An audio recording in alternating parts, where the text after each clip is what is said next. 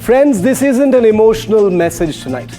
It's one of cold, growing anger. I don't know if that's the word for it because there's no real room for emotion in this business.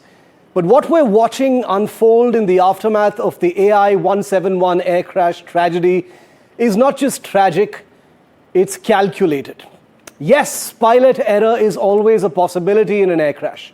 It happens. Even the best, most experienced aviators have made errors. But what we're calling out tonight on India Matters is the very visible, very organized, and frankly devious attempt to quietly push the pilot error narrative into the bloodstream of public perception more than any of the other possible theories for this terrible tragedy.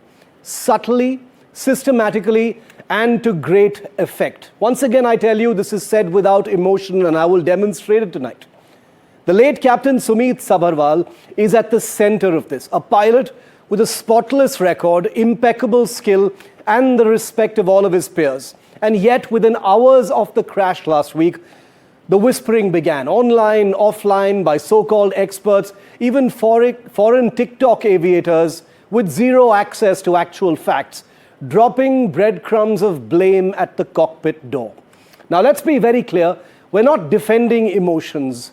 We are defending fairness and justice. What we object to tonight is the chillingly familiar pattern, one we've seen before. Put the spotlight squarely on the pilots, suggest pilot error, suggest human error early, shape the narrative, prime the public mood, and in doing so, steer the investigation away from deeper, structural, systemic, or corporate questions. And it's working. The noise grows around the pilots. Everyone says, oh, pilot error. Meanwhile, silence deepens around the aircraft, the maintenance, the regulatory lapses, the airline safety culture. The blame shifts from billion-dollar systems to a human being who can no longer speak for himself because he is no longer alive. Everyone we've spoken to who flew with Captain Sumit, colleagues, crew, commanders, say the same thing. There is no way he could have made a mistake. Pilot error is not even possible.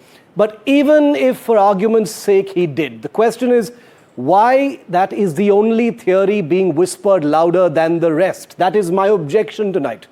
Because when you manufacture perception, even before an investigation has taken place, you manufacture pressure.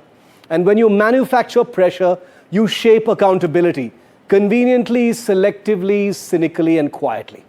So tonight, we ask the question others simply don't have the heart to do.